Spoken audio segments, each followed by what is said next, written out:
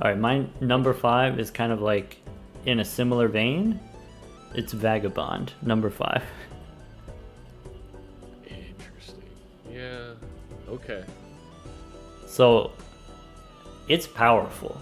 Okay, we can agree. You would agree with me that Vagabond very powerful. I would. That's the problem. That many tarot cards every round, too powerful, too game warping. And so basically, it's like, okay. I have to play this mini game of managing my money every shot. That's like a task that I have to do now. I have to play this mini game of playing enough hands every round to activate the Vagabond and still having a hand left over in order to score enough points. That's like an additional mini game that I have to do now. I have this additional task of managing the tarot cards themselves. And so like as much as I enjoy mini games, you've given me chores. You've given me 8 flavors of chores that I now have to do when I pick up the Vagabond. My chat is ready to fight, which is understandable. But we'll back down for now. I'll fight them. I'll fight them one at a time or all at once. I agree with the chores aspect. I think in terms of the balancing, like, and this is just, I think we have slightly different philosophies on the game, where I don't get as bothered of the game warping of DNA or a Vagabond or even Sixth Sense. Like, I'm okay if things get funky. I think that can keep it kind of interesting. So I'm kind of like, I think that's just an agree to disagree. Sure, I guess like in terms of the Square is like a mini game ish. It's an easy one, but it's technically, it gives you a task, right? I think Faceless Joker, I think it's a good design. We can question the balance of the Faceless Joker, but I think the design is fine as like a mini game that you got to do now. And I like that makes sense for it being a common, low level mini game. What other kind of like higher level mini games do we have? Like Seance is a higher level mini game. Yeah. Yeah, what other kind of middle of the road ones? Browsers is kind of a mini Pants? game. Yeah, Pants, that's a solid mini game. Flashcard is a pretty straightforward mini game, but it's a mini game. Yeah. Well, Flashcard rewards you for something that you're already doing. Blackboard. Sure. That's a good mini game. Blackboard, there you go. That's a good one. Burnt Joker, I think, is a really compelling mini game. Ooh, discard a hand that could possibly score for you. You have to discard your best hand in order to upgrade it for the future. Like, that's compelling to me. That's exciting. Well, Flower Pot's a mini game that I don't want to talk about. We'll get to Flower Pot. It's on my list too. But so with all of those, I don't think Vagabond creates for me a game. I don't think it's a mini game. For me, it's just chores, is what Vagabond does. And not only does it give me chores, but also a run with Vagabond is way different from a run without Vagabond. I think those are two different from each other. Is it possible? I think Trading Card, for me, is more powerful than Vagabond, but it's a very consistent, very slow burn. And I think that's why I prefer, like, I like the design of the Trading Card, whereas like Vagabond is very erratic. It's got too many things going on with it. I think the one issue I have with Vagabond is the part that makes it from a game to a chore in the shop is this idea that there are ways that you navigate the shop that is literally impossible to move yourself under $4. That really irritates me. I almost wish Vagabond had a thing that's like, here, donate your money to the Vagabond at the start of the round, so I don't have to deal with that. That's where, and this is very minute and it's separate to your point, but that's the only time for me that it becomes kind of the chore versus a mini game. Otherwise, I have fun trying to just buy a bunch of random stuff in the shop. Yeah, I guess like that could be interesting. Like when you leave the shop, it sets your money to 0. Yeah, something like that. And so while it's true, I think a game with Vagabond is extraordinarily different to a game without Vagabond. I think that can be said for quite a few Jokers I'm okay with. I also think it's interesting because you play the game at an optimal level. Very few can. Um, and I think 98% of this player base is not as good with the money, so the runs don't feel as different with Vagabond. It kind of feels like oh, this is going to be a fun thing where I get tons of tarot cards.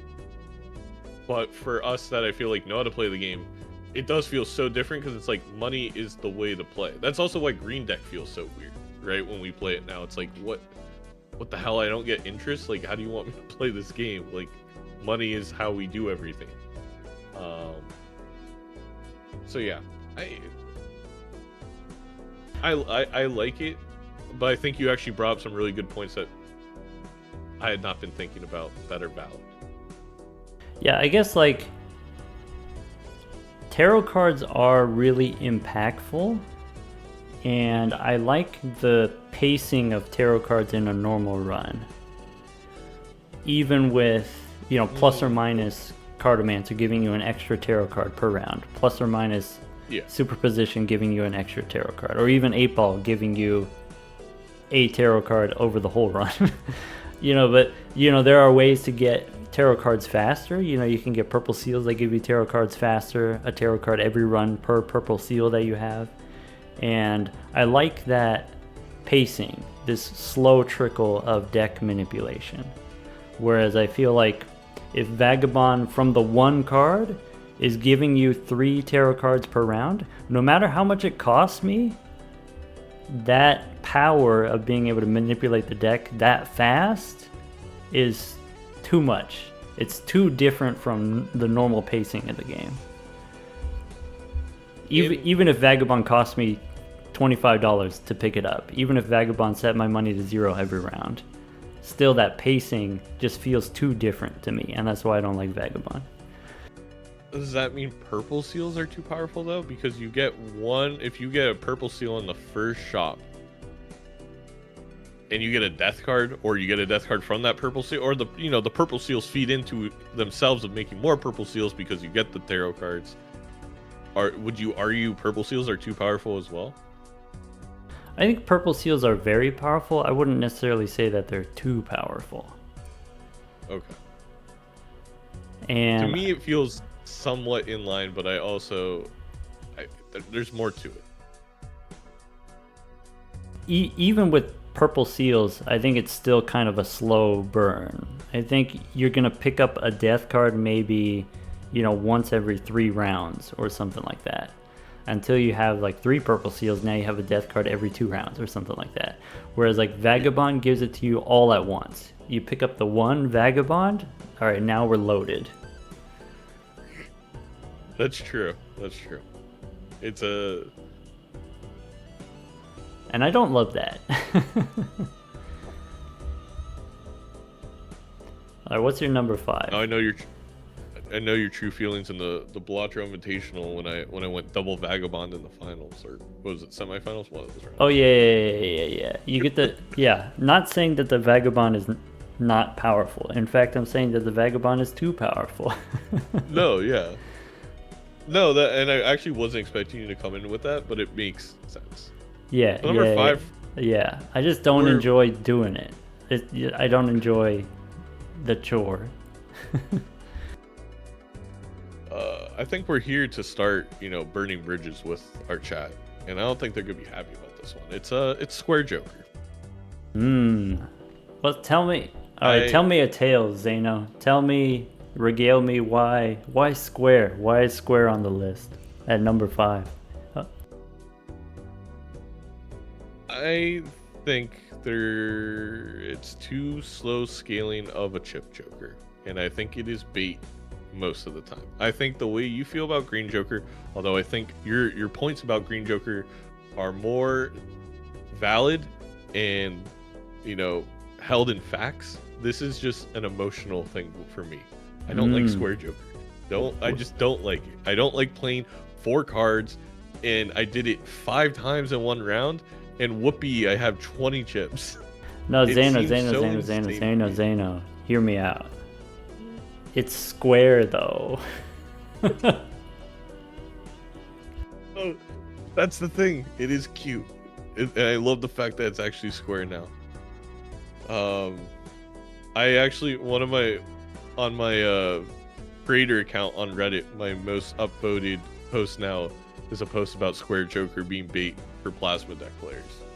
Um, and that's just how I feel about it. I think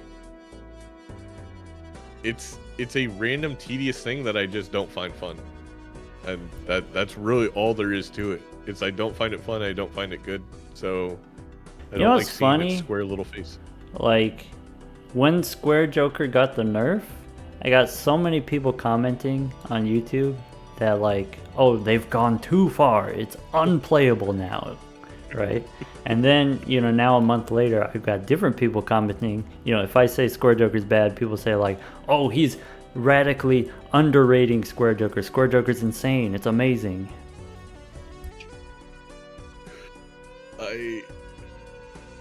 I wonder if it's the same people or different people, but It's got to be the same I people, have obviously. I did the math when the change happened, and I think the point in which it crosses over, or was that runner? Maybe it was runner. Anyway, regardless, I'm curious to hear your thoughts about our square boy. Okay. You don't think the number's big enough? Plus 4 chips. I think that wouldn't really change a ton of my feelings on the card. Okay. But I think especially right now, I don't like that. I definitely don't take it because I'm like, it's a small number, and I already don't like doing this. What I find more of a chore than a minigame. Okay, so you don't love... You gotta play exactly 4 cards. Yes. Repeatedly. It's a chore. That's what you're saying. It's a chore. It's Yes. not a mini Yeah. game. It's a chore. Exactly. And if we change the number, if we change it to plus 6 chips, not good enough. It's stronger. I'm gonna do it because it's strong, but I'm not gonna be happy about it. I'm gonna complain the whole time. Right. Exactly your point on Vagabond. I think it's actually funny that you said Vagabond and I go square, because I think it's the same. It much simpler, but it's the same idea here, that I just don't like the task that it's requiring me to do. I think I don't love Square, but I don't hate it that much either. I think if you made the number big enough, I could accept it. That's all that it would take for me. I don't think that's gonna happen. I don't think we're gonna get away from the 4x4, but if you did, then I would be okay with it. I'm all for a pentagram Joker. I like the idea of having different scaling Jokers that scale in significantly different ways, and different, between plus mult or X mult or chips Jokers. And so we've got the castle for the discards, we've got the runner for playing, a specifically challenging hand, and we've got the square for playing a not challenging hand. You play any 4 cards, right? So I like that in theory, I guess. Though maybe that's too easy. Maybe it's too easy to just play 4 cards, too easy to scale. Maybe that makes it uninteresting because of how easy it is. I think it would... You can't really do 4... I think we're in a trap here because it's square, and it's so centered around the number 4. It's really hard to make it... The Joker gains 4 chips for every scoring hand that has 4 scoring cards, because that's only 2 pair and 4 of a kind. There's only 2 in poker. So it would actually make it much harder. It's almost just becomes runner at that point. My hands are tied, yeah. Yeah. I think that's the problem, is that we're too limited with the square thematic. I think in general, all the common scalers, whether they're, plus chips or plus mult, the common ones specifically are just not good. I think they don't pay out enough. I think they fall off too easily. And I don't hate the Square Joker any more than any of the others. I think they're just all bad. And that's okay for commons. It's, again, this is a place in the list that got emotional for me. There's not a really good thought out argument like you had for Vagabond. This is, I hate the idea of playing 4 cards. Something about it. Something about, like, I'm throwing away 2 extra cards for a pair. I can't play my straights. I can't play flushes. I can't play 5 of a kinds. It's just, and again, for a reward, like you said, there's a point in which it's high enough where I'm like, I'm gonna do it. But it's like, especially where it is right now, I'm like, no, I'm okay. Like, yeah, I'll figure out some other way to get my chips. I think it is cool strategically for the diversity of the game to have some rewards for playing fewer than 5 cards. And I think, the Halvesies Joker does that a little bit. And so I kind of like that there's something that rewards you for playing exactly 4. But, because you can do, 2 pair and 4 of a kind. And you can play 4 cards as high card. But I don't think Square is it. I don't think this is the answer. Yeah. This design. Alright. Alright, my number 4 on the list is Flower Pot. I forgot to put it on my list, so this is an absolute honorable mention. Slam dunk, yeah. So, like, the issue I have with Flower Pot is it's just seeing double. There's too much DNA shared between the 2 cards, Flower Pot and Seeing Double. Seeing Double says you gotta play a club and something else. You gotta play multiple suits, you get X-Molt. Flower Pot, you gotta play multiple suits, you get X-Molt. There's too much similarity there. Now, let's suppose instead of X-Molt, let's say Flower Pot did something different. Let's say Flower Pot gave you, like, a ton of chips, like plus 300 chips or something like that. Pick a number. Pick whatever number makes it good enough. Then I still don't like having to play the 4 different suits. I feel like that is on par as playing straight flushes.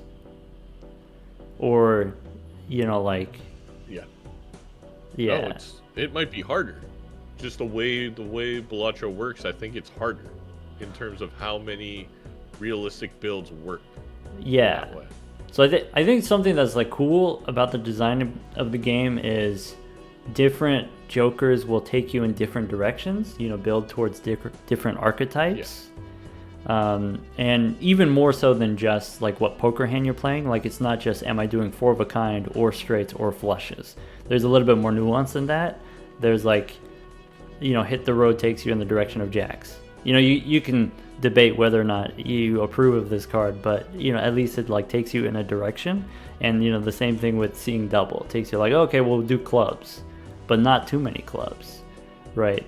Whereas like Flower Pot takes you in a direction that very few other mechanics in the game support. Like, definitely you have wild cards enable Flower Pot to be easier, but otherwise most incentives in the game are to have repeat cards. I have a Joker that cares about clubs, let me get more clubs. I have a Joker that cares about aces, let me get more aces. But, getting all different suits is not natural to the game with all these like suit changing tarot cards, for example. Yeah, absolutely. I've heard from my chat multiple times that's like, oh, build wild cards. The problem with that, and I want to address that specifically, is wild cards are, in my opinion, unfairly hit by boss blinds in this game. Maybe it's needed because I haven't tested the game without these boss blinds in, but there's 4 boss blinds that just ruin all wild cards. That's insane. Like, when you compare it to every other type of build in Balatro. So therefore, wild cards are awful, which really negates Flower Pot's one synergy, because you're never going to go for wild cards, so you're never going to go for Flower Pot. I think if you want to begin to remedy this change, Speed Boop in my chat actually had a really good recommendation of it should be scaling every time you play a hand that scores a diamond, club, heart, and spade, and that, you know, it scales to ×3, right? And now I'm getting ×3 every other hand I play. I don't need to score a diamond, club, heart, spade every single time. That's an insane ask. So that's where at least Okay. I would start with the change. Okay. I like this idea, and here's why. So, let's compare it to something like Blackboard. Where's Blackboard? It's on page 4. Yeah, so like Blackboard is high variance, right? It's nothing or it's ×3. ×3 is big or nothing. And you can kind of manage this, right? You can manage what kind of hands you play and what kind of cards are in your deck and what kind of cards are in your hand. If you draw red cards and you don't have any more discards, you can play the red cards and throw them away, and there's like a little bit of risk there. I think if we compare Blackboard to Flower Pot, I think Blackboard is a little bit easier to set up than Flower Pot. So it's like, okay, well, Flower Pot is harder to do. The balance is we can make the number bigger. Okay, Flower Pot is now ×5. You play 4 cards and then they're all different suits, you get ×5. Well, then still there you have this problem of the variance is too high. It's nothing or it's ×5, or even like nothing or ×4. And so like that's an issue. And so a change that people have suggested for the Flower Pot is, okay, what if Flower Pot gives you a reward per suit? And so you have a higher floor. If you play 1 or 2 suits, then you get at least a little bit of bonus. And then, maybe you bring down the ceiling. It doesn't have to go as high if we reduce the spread, reduce the variance. So it's a little bit more consistent that way. But I really like your idea of let's create a new scaling Joker, where you now have this mini game of I'm going to try to get all the 4 different suits. And if I don't, well, then it's okay. I don't get super punished. I'll just try it again next round. Yep. And again, Speed Boop credit on that one. That was Speed Boop, I think, has been pushing this for a long time, and this is the perfect time to bring it up. It's a way to remedy. Also, I think it makes sense. Like, I get that a lot of Jokers have kind of like they're almost like opposites, and kind of Blackboard and then a colorful Flower Pot. They do the same things in opposite ways. I get what Thunk is going thematically for it. But it also feels like we have 2 uncommon Jokers that give us ×3 molt, and one of them is a heck of a lot easier than the other. How about we make these 2 Jokers somewhat similar and somewhat thematically opposite, but have one be scaling and one be the all or nothing? I would like that. Okay. Yeah. I guess my final thought is like, I complained about Flower Pot and Seeing Double feeling like too similar, them both being X-Molt and them both, caring about playing more than 1 suit. And so the question I would have for myself is, okay, let's say there were 300 Jokers, twice as many Jokers. Would that then be enough justification to have both in existence? And I think the answer for me then is still no. I would say no, unless we switch it to scaling, like we said, where at least it's some kind of different type of. Yeah. I've got other problems with it, other than it just being similar to Seeing Double. Yeah. I think the variance is an issue. The thing that you said about like bosses interacting with wild cards poorly, I feel like that can be remedied in other ways, but maybe a conversation for another day. All right. Give me 1 second. Nicole just stepped out, so I'm going to give Juicy a couple treats, and I'll be right back. All right.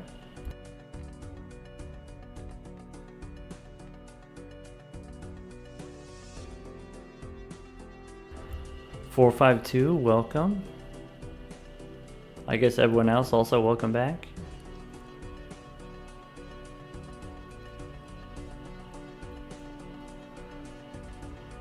Bo Foofer, not to be confused with Bo Boofer.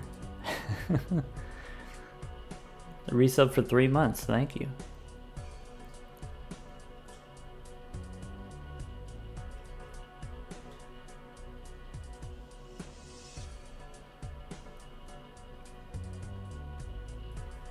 Alright, I am back. Welcome back.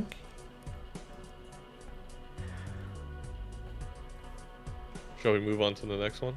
Yeah, you've got number 4. I got number 4. And you mentioned it. It's Hit the Road, Jack. And to start off this persuasive documentation, I would like to say that this Joker should hit the road because it stinks. No, but You're saying this one does not one bring you joy? does not bring the joy. No. The concept of, hey, so much of this game promotes building towards one card to play. What if we built a Joker that kind of rewards you to build towards one card that you're discarding? In theory, cool.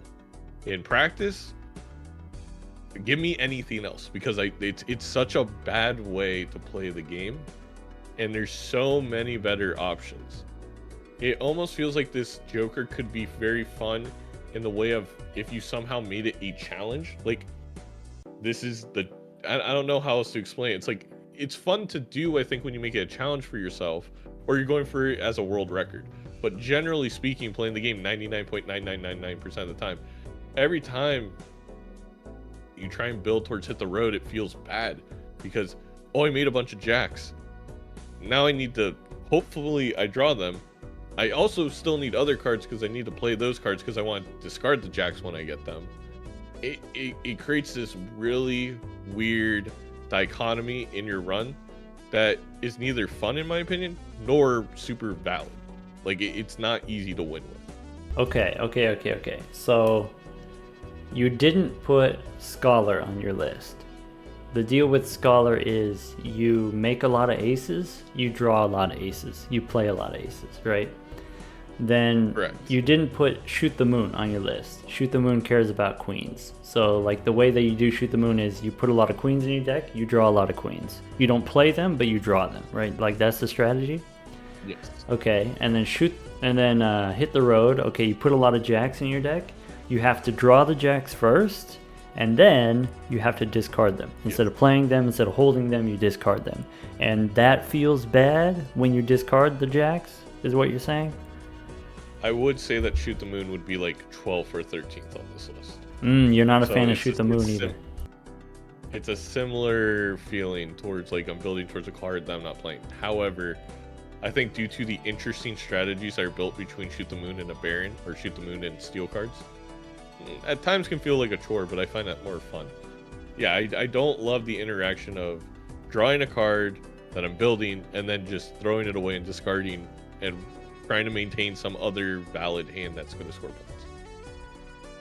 Yeah, I guess, we've got several Jokers that care about certain ranks, right? Like we got Wii that cares about 2s, we've got Cloud9 that cares about 9s, we have 8-Ball that cares about 8s. And I think all of these things, people are kind of down on the new 8-Ball after the change. Even after the change, the 1 in 4 chance to get a tarot card, doesn't feel great unless you have like a lot of 8s. And, I feel kind of the same way about all of these, where you really do need a lot of this rank in order to get any value out of this. And it's not impossible to get a lot of, let's say kings for the Baron, but it is tough. And the same thing with Shoot the Moon. It's not impossible to get a lot of queens, but in the early game it's tough to get enough queens. It's very tough. And I kind of feel that way about Hit the Road, where for it to be good, you require more jacks than you do kings for Baron to be good. Baron doesn't require as many kings as Hit the Road requires jacks. So like, I think especially... Yeah, go ahead. Oh, I was going to say, someone said like, okay, let's say you put jacks in your deck for Hit the Road. You can still play the jacks. Like you draw the jacks, you can still play them as 4 of a kind. You can play them as part of a full house. You don't have to discard all of the jacks, but you still have to discard some of them. And so that requires you to have that many more jacks. And then also there's this little bit of tension between like, okay, well, how many jacks do I discard? There's a little bit of risk there for this reward. And I think one thing that you could do differently, you could just make the number bigger. So instead of 0.5 molt per jack, make it just 1 molt per jack. I think at one point in development, like that's what it was. It was 1 molt per jack. And so in the same way that like Shoot the Moon is 13 molt per queen is a lot for a common. Admitting how difficult it is to draw the queens, 13 molt is a lot. And so like a problem there is like variance again. If you get 2 queens, then your hand is incredible. If you get 1 or no queens, then you're suffering. And you know, maybe with Hit the Road, even if you make the number bigger, even if you make it like 1 molt per jack, I think the variance there is still going to be too high. Does that make sense? This is making my... No, I completely agree. It's making my gears turn a little bit, because the one that sticks out from all the examples of specific ranks to me is Wii. Because Wii is a scaling joker that you want a lot of 2s, but if I even only have 5, it's scaling, right? So if I get a round where I draw no 2s, it's not a big deal. Maybe I draw a 5 next turn and I lift it by, what is that? 8 times 5, 40, which is substantial. That's a lot of chips. If Hit the Road is also rare, part of me wants to kind of throw out the current iteration of it and rethink it completely to something that's permanent scaling. Well, how would you do that? This, to me, in my head, it's bordering on more of a legendary card. But what if the idea was Hit the Road Jack is every time I discard a jack, it destroys it and it increases this card by 0.5 or 1 volt. And it's permanent. Now this card's actually permanently better the same way Wii's permanently better. But since it's X-Molt and it's more difficult, it's also going to destroy that card. You can't just sit here and do that every single round. Interesting. It sounds like you're trying to usurp Kanyo.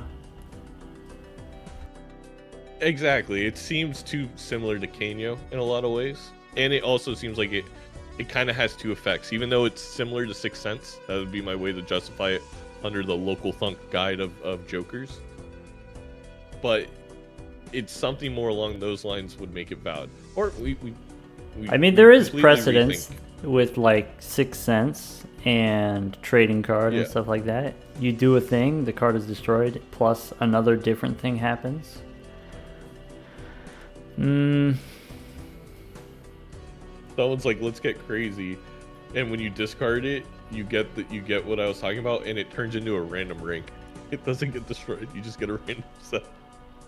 I think for me with Hit the Road, I think it's definitely on my lower end of like effects that I don't enjoy as much. These like higher variance effects. So like Shoot the Moon, not a huge fan.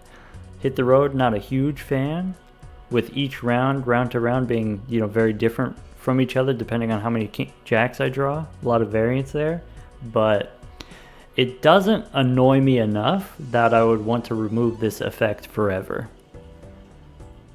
I think in the context of, we have a patch and now we've got 300 jokers. Out of those 300 jokers, I could see Shoot the Moon being one of those jokers. I could see Hit the Road being one of those jokers. So I don't think I would change it. Fair. I will say the vibe I get from talking to people like Mouth, Bear, and I think I really enjoy, I think my chat knows, like just going into random Balatro streams of people that are a little bit smaller in content creation and just picking their brains. And I think a lot of people don't like resetting jokers in general. Like that to a lot of people just feels like a chore. And for some reason, to me, Hit the Road is like the worst example of it. Of a scaling joker that resets every single time. I don't think of it as a resetting joker. I think of it as it is a scaling joker. So like how big it is depends on how many jacks you draw in a round. And if you have more jacks in your deck, you will on average, not every round, but on average, draw more jacks, discard more jacks. Yeah. And so in that way, it is kind of like a scaling joker. I will say, to go back for a second, I agree Shoot the Moon with 300 jokers absolutely has a place. Just please, Local Thunk, give me a button that when I click rank twice, it reorders my cards from least to best, so the kings are to the right of the queens, so I don't have to drag the queens over every single time I play Shoot the Moon. That's all I'm asking. Or stop resetting my hand every time I play a card. Oh, that too. Either or of those would work. All right. Go ahead with your... Yeah. No, that's it. All right. My number 3 is Ancient Joker. I don't like it. You can't make me. Is Mouth still gonna play D&D with us? No, he's pot committed. We got him on the hook. He can't back out now. All right, let's hear it. I think we can fix it. I think we can repair it. I don't think it's, unsalvageable. So like, an issue that I have with it is all of the different suits are equally likely. Independent does not care about what the contents of your deck are, right? Mm-hmm. This is different functionality than everything else. This is different from the rebate. Rebate just picks from the ranks in your deck. This is different from Castle that picks from the suits in your deck. This is different from Idol, which does both. Why is it different? And so like the argument that I've heard is like, it's easier to have all of one suit than it is to have, all of one suit and rank. Or even just all of one rank is hard, relatively. And so maybe that's the reason, like, okay, well Ancient Joker shouldn't be that easy to cheat, right? Shouldn't be that easy to cheat by having all of one suit. But I think it's pretty easy to get like 90% the same suit, but it's not trivial to get 100% of one suit, I completely and utterly agree with your statement here, like to a T. Also, like, I think Castle, Castle only only cares about the suits that are in your deck, right? And gets better when you have all of one suit, right? If the concern is about Ancient Joker being too powerful, we could fix that too. We just change the number to times 1.25. Like, there exists a number where even if it was active 100% of the time, even if it was, you make your deck all one suit and it's always active, you just pick a number at which the X-Mult is balanced. There exists a number. I have nothing to say. This is how I felt about it, and it's one of those things where I didn't know if I was off base, and I feel very vindicated and validated that you have the same exact opinion. Yeah. It's just, I don't enjoy working with it. It's not on my list because I think these 10 are more annoying to me personally, but I want to change that about Ancient, and I agree. We just bring it down by 0.1 until we find the sweet spot if we think it's too powerful. But people saying like, well, then it's too similar to Idol. It's like, no, it's times 1.5 versus times 2. That's a huge difference in multiplication. Like 50% versus 100% is very different in my eyes when you're looking at how something scores. You look at Bloodstone, and Bloodstone's kind of this uncommon that only helps hearts versus this is the rare that can help any suit, but it just, I don't think should function the way it functions. It feels bad. Like you said, yeah, it feels bad. Let's say you're playing on Checker deck, for example. There's a whole deck that basically makes Ancient Joker useless unless you have Smeared, because you're gonna start off where 50% of the time Ancient Joker is literally dead as a Joker for you in terms of how it can help. Yeah. I think we should just change that. I mean, I just completely agree. I think also, this argument about like, oh, Ancient Joker is too similar to Bloodstone, which is too similar to Idol, which is too similar to AAA, right? All these, X-Mult on played. I think in a universe in which 300 Jokers exist, in a future in which there's more and more Jokers, I think there's room for, oh, this Joker gives you X-Mult for suits. This Joker gives you X-Mult for ranks. This Joker gives you X-Mult for both, like Idol does. I think there's room for all of those different things to exist. Though, if you wanted to make it different, you could have maybe Ancient Joker gives you chips instead of X-Mult, right? Like Ancient Joker is similar DNA to Stone Joker. It's ancient, right? And then so it gives you a big bunch of plus molt. 100 molt. No, sorry, plus chips. 100 chips per whatever suit, maybe. Yeah, there's a reason you're a beta tester. I think you really hit the nail. I mean, I agree. Like this whole idea of like, again, I think Local Thunk is heavily hinted at. There's expansion coming. They're different enough. I'm okay with it. And then the suit jokers are their whole. I mean, you kind of have this with the whole. Bloodstone is like thematically like Arrowhead, the diamonds, like they're supposed to all be different. I'm okay that they're somewhat similar to other stuff because it only helps that specific suit. It's almost its own little thematic universe inside the Jokers, and I'm okay if they end up having slightly similar effect as others because they're specifically only supposed to help one suit anyway. Like that's what makes them unique. Yeah. Like, so I've never really agreed with that kind of like. It's never bothered me. Yeah, like people would complain about Ancient being too similar to Bloodstone or Bloodstone being too similar to Ancient, but like Onyx Agate is just, you know, the glutinous Joker but bigger. Right. That's it. It's plus molt but bigger. It's the same Joker. Yeah. Yeah. And that's totally fine. Yeah. It's all good right. To have that. All right. Anyway, what's your number 3?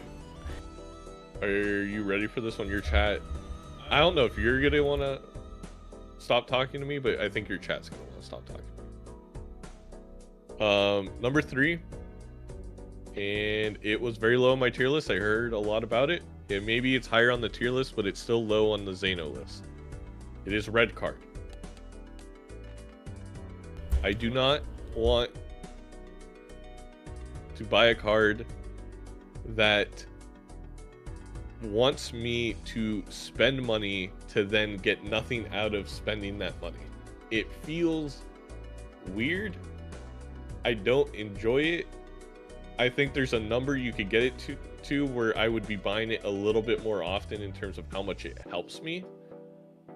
But at the end of the day, I think the core game design here of Red Card, I am just not a fan with. In a weird way, a lot of what you said about Vagabond, I started to kind of empathize a little bit, even if I may disagree, because that's how I kind of feel about Red Card. Is there's this mini game where I need to save up money and go buy booster packs, and then if I want Red Card to matter at all, I need to be probably skipping those booster packs. And you can say, well, you skip some of those booster packs naturally, but more times than not, like, what if I want to play and try and grab that card that's like, it doesn't really fit, but now I have to wait. Do I want the +3 molt from Red Card, or do I want to try and fit this unique way of playing the game going forward from the booster pack that I got? I don't like having that dichotomy either. So for me, it's a Joker that's like, it can be helpful in runs, absolutely, but at the same time, I'd rather have other Jokers, and it's like, if I'm building money anyway, I'm probably gonna find a better Joker than Red Card. And it's like, you need money for Red Card to work, so it's like, to me, it's like Flash Card is already Red Card, except a trillion times better. And now I know they're uncommon versus common, but it's just like, Flash Card is what Red Card wishes it used to be in my head, or wishes it could be in my head. Okay. No, there's like a couple things that you raised here. You know, you said like, let's say Red Card is underpowered. You know, let's talk about, you know, return on investment. Let's talk about molt per dollar. And we said, okay, does there exist a number where I would be happy with Red Card? Like, what if it was +5 molt per booster pack skipped instead of +3 or something like that? I think I would still hate it. I think the current level, you know, 3 molt per $4, I think that's a good rate. How do you feel about that? 3 molt per $4. Is that reasonable? Yeah, and that's kind of where Red Card's at for small boosters, right? Okay, so the rate is not the problem. Okay. The what is it? The flash card, if you have more money, you can reroll more. And so it's not just about like molt per dollar, it's also about molt per round. And so with flash card, I can re-roll 6 times. Not all the time, but sometimes I can like get to higher re-roll numbers, and you can't do that with red card. You can't just, I have exactly 2 booster packs. I don't get access to a 3rd or 4th one, no matter how much money I have. And maybe that's part of the problem. But still, I think as far as like molt per round, I think it's still better molt per round than bus. I think it's better molt per round than green joker. Would you agree with that too? Yeah, I mean, just thinking about on average, it's the possibility of +6 molt versus the possibility of +5 molt per round. Okay, so it's good molt per dollar. It's good molt per round. Why do I hate it so much? Is because when I open a booster pack, if I'm skipping the booster pack, well, so like one way to think about the red card is you don't have to skip every booster pack. You only skip when you would normally skip, right? Like you open a standard pack, a lot of the time standard packs you skip them. And so what red card does is in those cases where you do skip booster packs, it gives you like a little bit consolation prize, right? And that's kind of like what the glass joker does. It gives you this consolation prize for losing your glass cards, breaking your glass cards. But if I'm skipping booster packs at all, then I'm missing out on that part of the game. I'm not playing the game, right?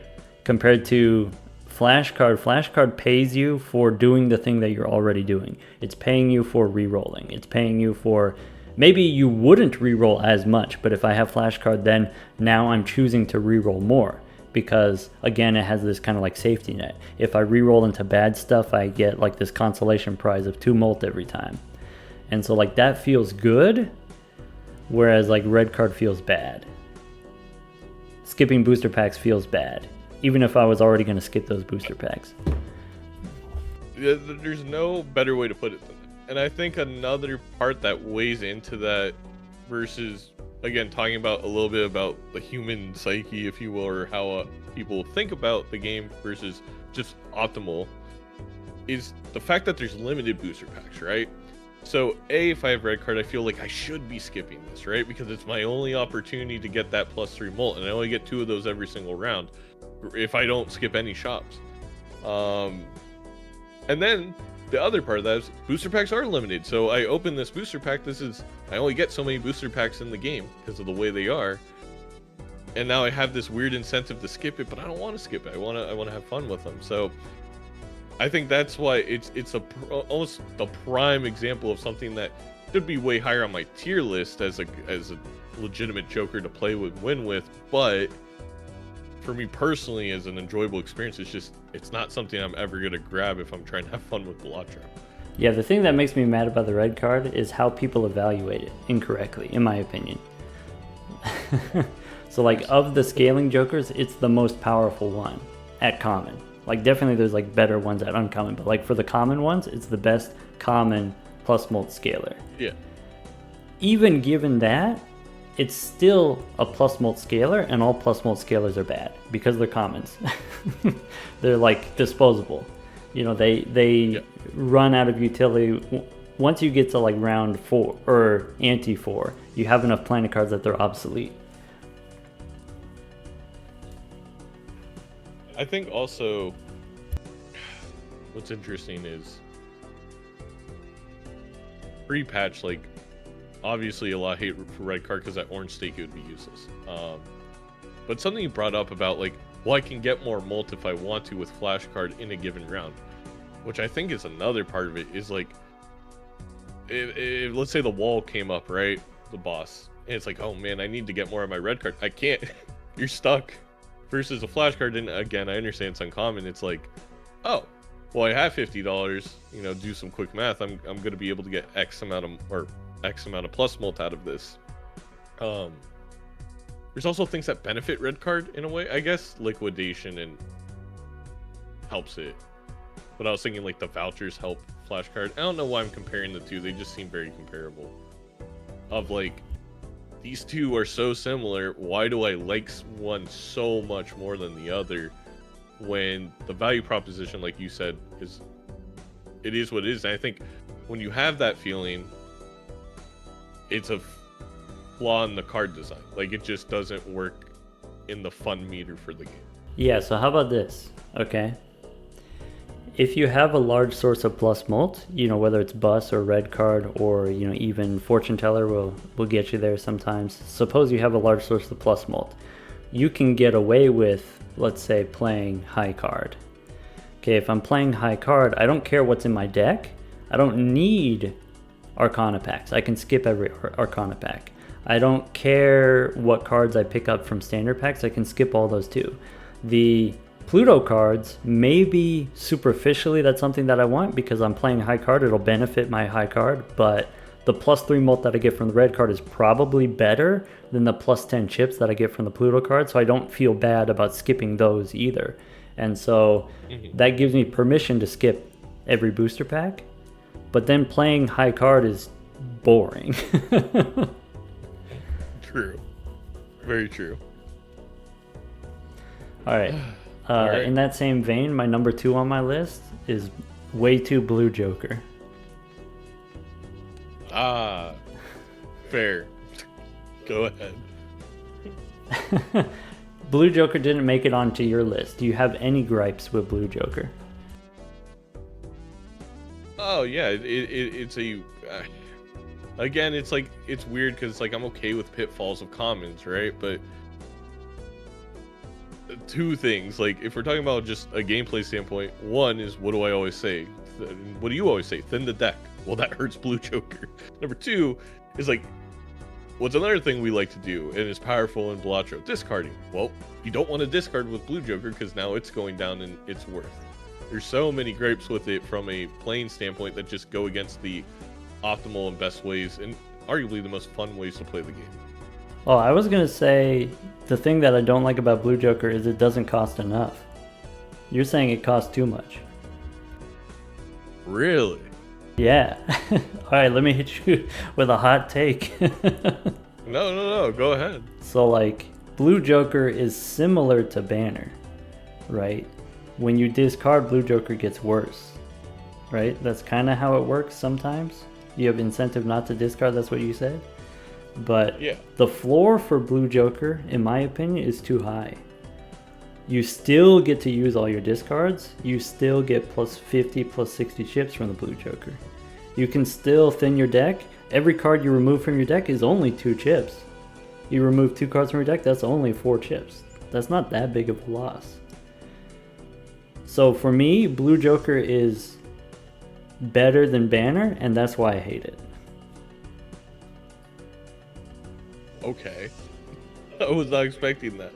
I thought that was a test on things that are not great about Blue Joker in terms of what you're normally supposed to do. No. It's not about power level. It's about principle. And so here's the thing about any source of plus chips. Any source of plus chips means I don't care what hand that I play. If I have plus 100 chips, every hand is worth the same number of chips. If every hand is worth the same number of chips, why am I not just playing high card? Maximize my discards to get my purple seals, draw all my gold cards, and then play 1 card. And then get, $30 or whatever, right? So like, what I don't like about Blue Joker is it makes it way too easy to play high card. It makes it way too easy to play nothing hands. It's too similar in flavor to the Stuntman. I think Stuntman's boring. I think the saving grace of the Stuntman is you have the -2 hand size. Is actually a little bit interesting. Blue Joker doesn't have that. Blue Joker costs you nothing.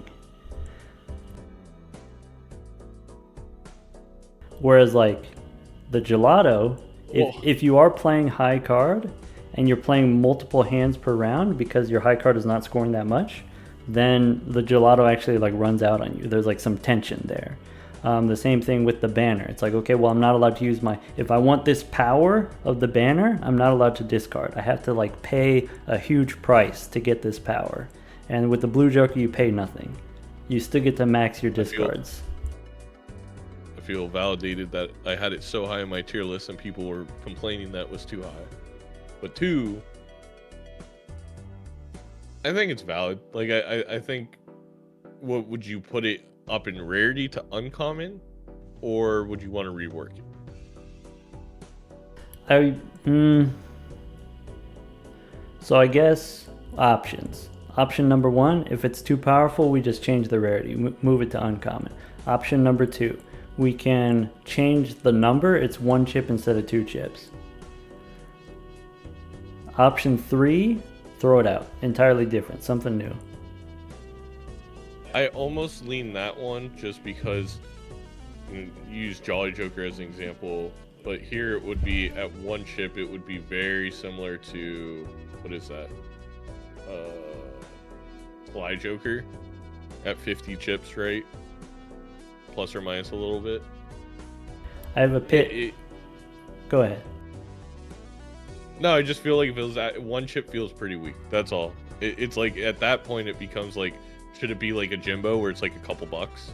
Okay, would you accept it if it was a $3 Joker for plus Yes. 1 chips? You would accept it at $3? Yeah, I think that seems about right. Okay, or you make it a $7 uncommon.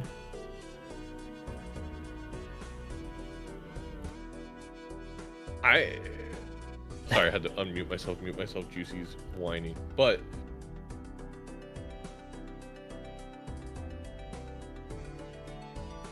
sorry, 1 second. Okay, I had to feed her real quick. I like the idea of Jimbo almost having a pair, like having something else down there that is just a little bit of chips no matter what for early on in the game at a cheap price. Okay. I think it's more interesting to do that than to try and up it to an uncommon. Okay. I like this idea of having it just be smaller and like in the same realm as Jimbo. Like you said, Jimbo is like small amount of plus mult, and then so blue is like a small amount of plus chips. CC says Jimbo and Jambo. Alright, the last gripe that I have with this, and you know, my people know about this, it's just too blue. And I don't think that's easy to change. I think because you could have like there's Jimbo and then there's blue Jimbo.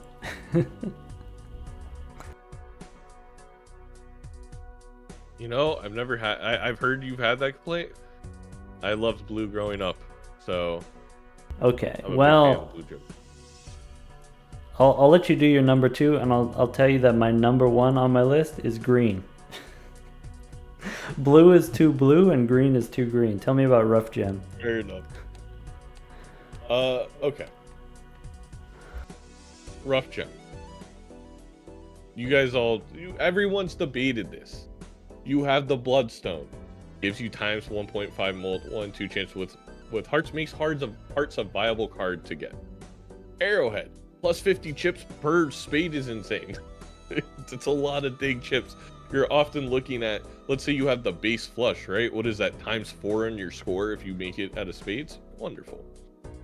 Onyx, plus 7 mult, I would say slightly underpowered compared to those other two, but still very valid. Then we go to Rough Gem. Okay, it's not going to help your score at all. So that makes it a little hard to move everything to diamonds and then rely on it. But you can work around that by upgrading flush or maybe straight flush, something like that, flush 5, who knows.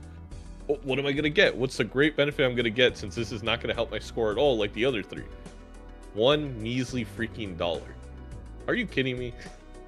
$1 for each played diamond? That's $5.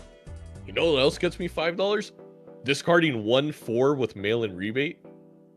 I think that part alone, and it's easy to hyperfixate on it, and I know we need to expand a little bit because maybe mail-in rebate's too powerful, but if you do hyperfixate on it, it makes Rough Gem look like the most useless uncommon that there is, which I do have it as the most useless uncommon.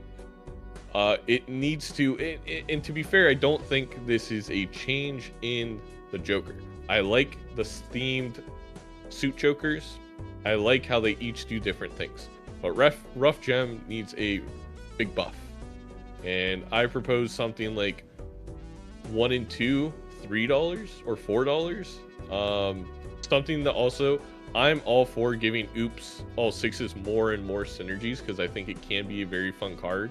And I think it should have more synergies, even in the white through gold stake kind of gameplay. and outside the world records that we do.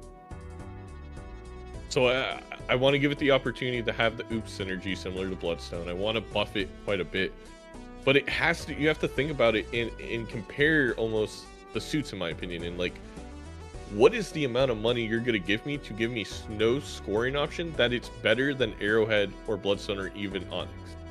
And I think it's higher than maybe you would think at first glance, almost to the point where it may be obscene. But I want to hear your thoughts. I mean, first of all, how dare you? How dare you rank the Onyx Agate so low? How dare you? You're kind of mid on Onyx Agate.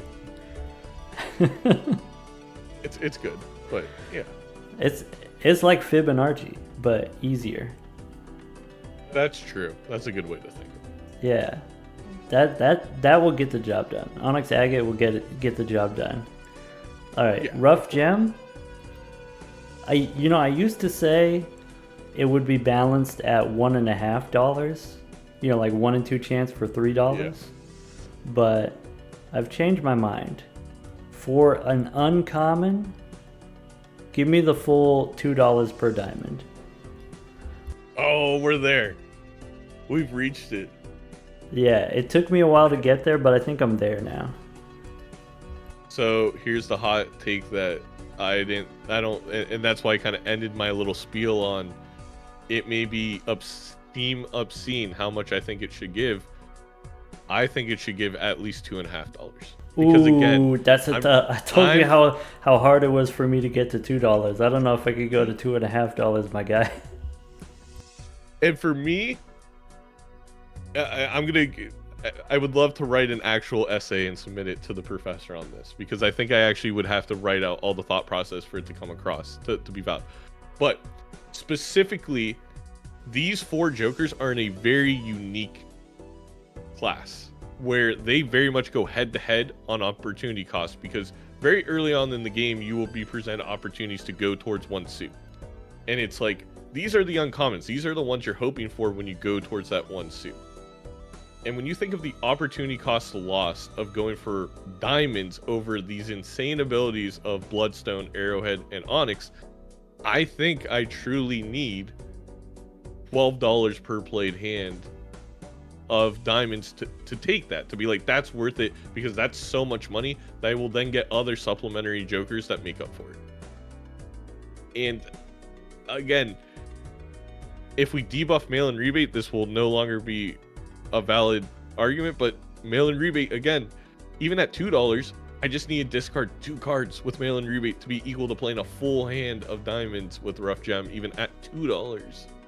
So I'm kind of at my chat's calling me greedy. I mean, that's why the base version is Greedy Joker, right? I'm going for 1 in 2 chance of what would that be, $4? No, 1 in 2 chance of $5. Yeah. See, when you say it, it sounds crazy. It does sound crazy. I think you've been up too long. I think you've been streaming too late today, my guy. You might have to go lay down. It's one of those things, though. They always tell you in business, ask for more than you actually need. So it's like, I'll settle for the $2, but I'll push for the 2.5. Okay, I can't go all the way with you. I think this is where we gonna have to part ways. I'm gonna have to, leave you behind. I could go as high as $2. I can go as, if we go 1 and 2 for $4, then you've got the, oops all sixes synergy. That's kind of exciting. I could go that far. I think, maybe to put this in perspective, let's compare it to what other kind of uncommon money generators are there. There's like the Rocket, there's Cloud9, there's Satellite, right? And I think those 3 are, for me, fairly similar. I guess To the Moon also. To the Moon doesn't count. To the Moon's like pretty terrible. Alright, so, for these 3 different uncommons that give you money every round, just give you like a flat amount of money. How much stronger do we want the Rough Gem to be? So I think like we want it to be at least a little bit baseline stronger. And my argument there is, the uncommon suit jokers, like you said, there's this opportunity cost. You got to go all in on one suit. You got to abandon all the other ones. And I think there's then reason for those to be stronger. Just like Shoot the Moon is like pretty strong. You got to go all in on queens. Fibonacci is like pretty strong. There's a lot of different ranks that are possible, but it's like pretty strong. And so maybe then, okay, it makes a little bit sense. Rough Gem could be stronger, should be stronger than like Satellite or Rocket. And so my question is like, how much money am I expecting to get from those? How much as a percentage more am I expecting to get from my Rough Gem? And does that number come out to $10 or $12? $11.75. But I will also say though, the part I'm not accounting for is you don't get all the way to converting right away. It could be you're going for heart. Oh my god, I can't pronounce hearts. And the thing is, now with already upgrading Rough Gem to $2, there's a huge benefit of, oh, let me grab that really quick, get a bunch of money like we do with mail-in rebate, and then get rid of it. So I will say I will settle for $2. I think that's valid. I'll take that. Okay, because I think it's pretty dangerous to be able to play 2 hands and get $20 in one round from one card. I think that's pretty spooky. And also there's like retrigger synergies and stuff like that. Like, I think because there's so much synergy that's possible, then having a low base, a low floor at $2 makes sense. Valid. Kind of like with the ticket. Yep. Like the floor is, all my gold cards are worth an extra $1. Keep them for $3, play them for $4. But then like the ceiling, we've got all this like potential for retriggers and synergy and stuff like that. And so I kind of see like the same vision for the Rough Gem. This was all part of my plan to just maybe one day get the money record by being able to have a powerful Rough Gem negative with a golden ticket. Give me more technology in the next patch, and then that way it's easier for me to get the record in the next patch. Yeah, exactly.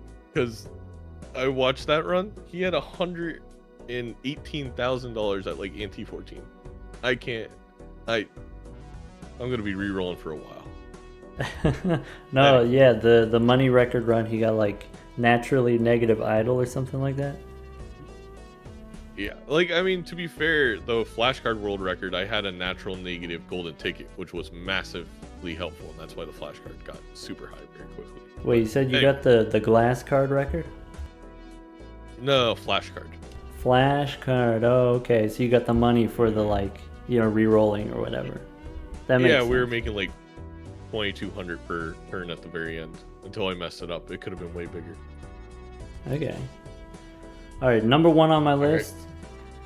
I'm gonna let you go first because I did peek at what your number 1 was, and we'll hold the green one for last. Tell me about Crazy Joker. Oh wait, did I put Crazy Joker? My bad. It's Devious Joker. Devious. Now that's interesting. Okay, that's it. Okay, yeah, tell me about it. It's no other reason than I don't need damn chips when I play straights. And the reason, you're probably thinking, well, why isn't Runner up here? Well, Runner, I can scale and then use other hands. Devious, I have to play straights.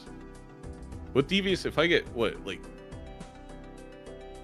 at 2 Saturns, I'm already at barely getting ×2 versus what you get out of like a Wily Joker or Clever Joker or Crafty Joker. For me, I'm just never picking up Devious Joker. I just do not need it. I don't think this is a game flaw. I don't think this is a mechanical flaw. I think it's perfectly set where it is, funny enough. I think it makes sense to have it with all the other Jokers. I'm just personally never going to grab it. We're kind of in a pickle with the way all these Jokers work that I can't really see it going any higher. That doesn't make sense. I don't want to change it. Unless we're going to revert the way straight scale, then I think I'm just never picking up Devious Joker, and that's why it's number 1. Ah, okay. Also, Speed Boop did say the existence of runner invalidates devious Joker to a certain extent, which I think is also fair. Okay. First, I've got some folks in the chat, wondering, what's the plan here? We just like started talking about Jokers. They didn't really say too much what the plan was. Originally, the plan was, now that we've expressed our opinions, Jokers that we like least best, I was gonna try to do some kind of run with these Jokers. I don't know, Zaino, if you've got time for that. So maybe I'm still gonna do it, and then it's up to you whether or not you want to join me. You may have to do it by yourself this time, and we can maybe do a run with me next time. Yeah, maybe we'll save that for another day. Yeah. Anyway, so devious, we've got two issues. One is, okay, if I've got, the Saturn scaling, we increase the molt on the Saturn cards. Even before we increase the molt on the Saturn cards, Saturn cards still very powerful scaling. And so, okay, if straight scales so well already, then I don't need as much devious. I don't need as much crazy. I think mainly devious. Like crazy, I think is more fair because it's giving you molt and straight scales so well with the chips. But it is valid. It is valid. Yeah, definitely. The ratio there is plus 30 chips to plus 3 molt, so it's like a 10-to-1 ratio, right? And then people should be aware that the poker hands do scale, or the planet cards do give you more chips than you might get otherwise. Because if we compare it to something like Steven and Todd, with Steven you get plus 4 molt, with Todd you get plus 30 chips, 4 to 30 instead of like 3 to 30. So the planet cards are giving you a higher ratio, more chips per molt. And so then the sources of chips that you get from Jokers are going to fall off. Among the page 1 Jokers, I think the chips ones are going to fall off first. And then also, as your first Joker that you get, you would rather have molt than chips, because you start out at like 4 molt per hand. And so plus 12 is, 4 times score, compared to you're already at 70 chips per hand. Another 100 on top of that is not 4 times, right? So the chips Jokers, they're weaker early, and they're also fall off faster. Correct. So I would like to see just higher numbers for all of the page 1 Jokers chips. Except for maybe... Yeah, go on. No, it's weird. Like, it's tough because it's like... People have said this about when I recommend Plasma to win. It's like, there isn't a lot of good chip Jokers. And it's like, do chips just need a buff throughout all the Jokers? Or is it just this set? Because it's starting to make me think maybe all chip Jokers need a slight buff. Nah, Todd is busted. Todd is off the charts. Todd, yeah. Oh yeah. Well, I mean, we can. Todd's there's a reason it's Pog Todd. Of course. Fair. Yeah, I think just like common Jokers in general. Common Jokers fall off. You replace them with uncommon Jokers.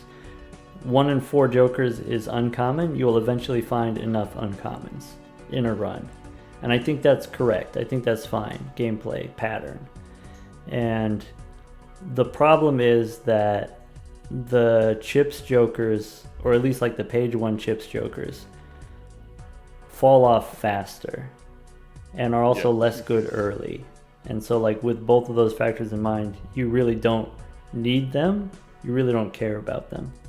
They are a hedge against not getting the planet cards. But if you know how to get the planet cards, then you don't need that hedge, right? Yep. So that's it. That's my list. Okay. Here's why green is the worst. It's so... Do you know the flavor of the green Joker? Do you know why it's called the green Joker? Well, tell me. Okay, so like green cares about discards. Hey, don't discard. Discarding's bad, right?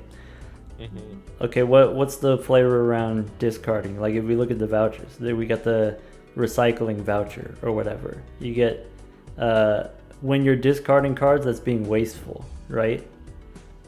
And I then see. so with Yes. the green Joker, if you don't discard, you're being less wasteful. Green is recycling. It makes sense. No, it doesn't make sense. That's why it's terrible. Eco-friendly Joker, green Joker, it's terrible. It's a terrible pun. I thought it was partly also to be the opposite or similar to Blue Joker, but different, a different color. As in, like, this is the chips one that gets worse when you discard, and this is the malt one that gets worse when you discard. Yeah, discards are red. Green Joker's green. True. And hands are also red. So, I want you to picture Michael Alefox, and he's crying right now. Like, imagine he's literally in tears because you're ripping apart his favorite Joker. What would you say? Here's the thing about green Joker, okay? Bus, $6 Joker. Green Joker, $4 Joker. Also common Joker. So, why? Is this a mistake? Did the balance team screw up that bad? Why is Bus 50% more expensive than green is? Is it 50% stronger? The scaling is the same. It's +1 per hand, right? You know, the mult per dollar is the same. Green Joker is that much worse than Bus. And that's part of what makes me mad about the Green Joker is like people don't realize that. People are just like, oh, Green Joker's off the charts, you know, impossibly powerful or whatever. And it's like, no, it's bad. And if you think it's good, that's why you're not being as successful as you would like.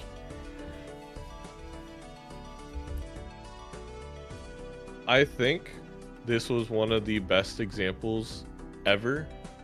You know the Dunning-Kruger effect, right? Yeah.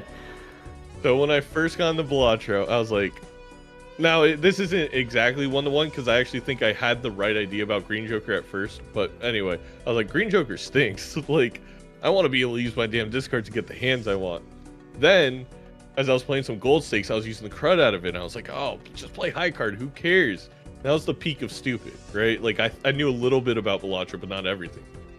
And then you go back down to the valley of despair of like, oh, I don't know anything about Balatro. Why am I using green Jokers? Aren't purple seals really good? What am I doing?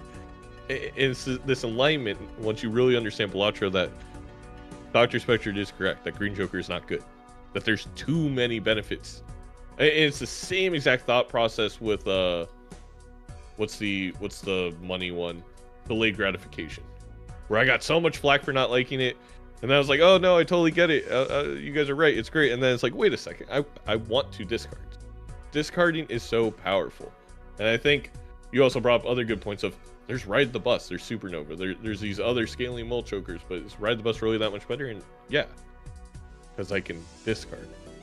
Yeah, the thing about green is like, it's definitely powerful enough. It'll definitely get the job done, right? But it won't always get the job done. And I think that's, you know, a bit of a trap for some folks. They go all in on the green Joker. Yeah. And they're not paying attention to what they're giving up.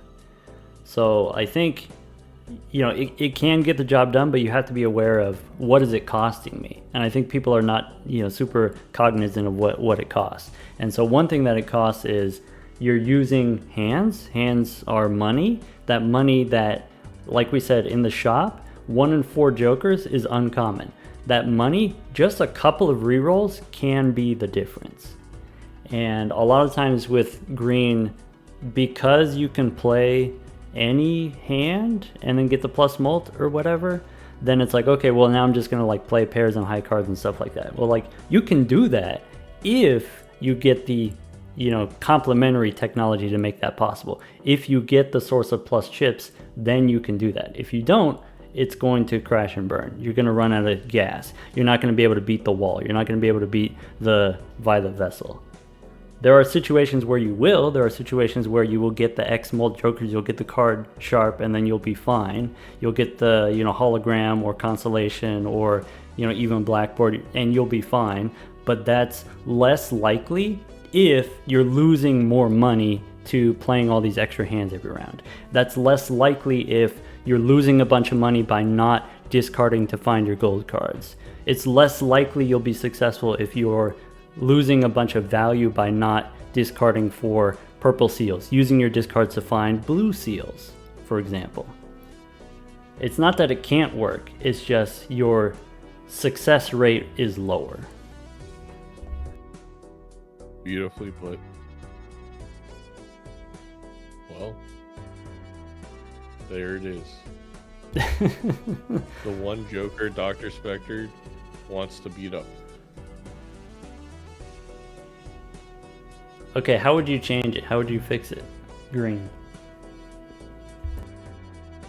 I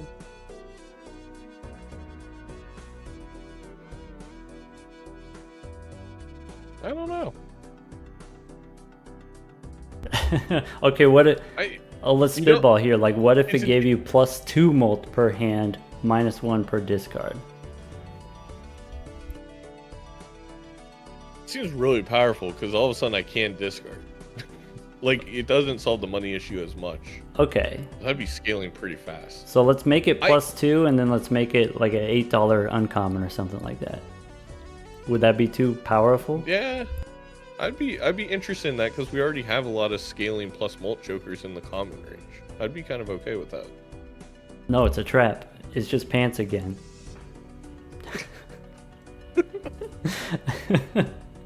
I wouldn't be. Well, here's the thing: is what I'm thinking. Like, it's like, are you asking me on a personal level? It's like, what would make me play with it a bunch more, or whatever, or for the game? Because I've been answering a lot of these for the game, and I actually think, like you said, it's a trap, and that the kind of ebbs and flows I felt about Green Joker and delayed gratification, I think it's good for players. Like, I'm glad these are in the game because they seem so simple. Yeah. Well, I think Green Joker is maybe among the less simple, in the sense that, like, it says +1 mult when hand played, -1 per discard. It's a little bit opaque until you like do it a couple times. The fact that it's like this permanently scaling, permanently stacking. Like, all of the other scalars say, this thing gains, right? Like, Running Man says it gains 15 chips if this. Green doesn't say that. Gains +1 mult, doesn't say that. Loses -1 mult, doesn't say that. That's a good point. So, like, when I first read the card, I didn't even know that it was scaling. But for me, if you made it +2, it would both be too powerful, and then also still I would hate it. I have the same issue with green that you have with red, where, like, red tells me to stop playing this certain part of the game. Green is telling me the same thing. That is very true. It's almost, and again, going back to Vagabond, I'm not kidding when I say that when I learned what Green Joker would do and I was playing some gold stakes with it, it felt like a different game that wasn't Balatro. Like, it was a whole new dynamic, weird part of the game that was click button lots of times. Like, I don't like it in that aspect.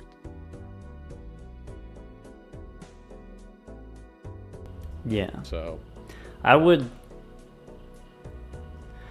take away the minus mult per discard and then change the rarity or change the cost or do some other way to balance it. I mean, no, that sucks. Never mind. I take it back. Actually, there's no version of this that I would accept.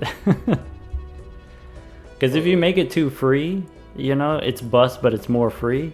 I don't like that either. Someone said +1 and 50% chance of lose one on discard. 50% chance. Boo this man. Kurgula says not every Joker needs to be a feel-good Joker. Yeah, but they don't all have to feel this bad. I think that's the lesson of today. All the Jokers that we've talked about, they don't all have to feel good, but they don't have to feel this bad.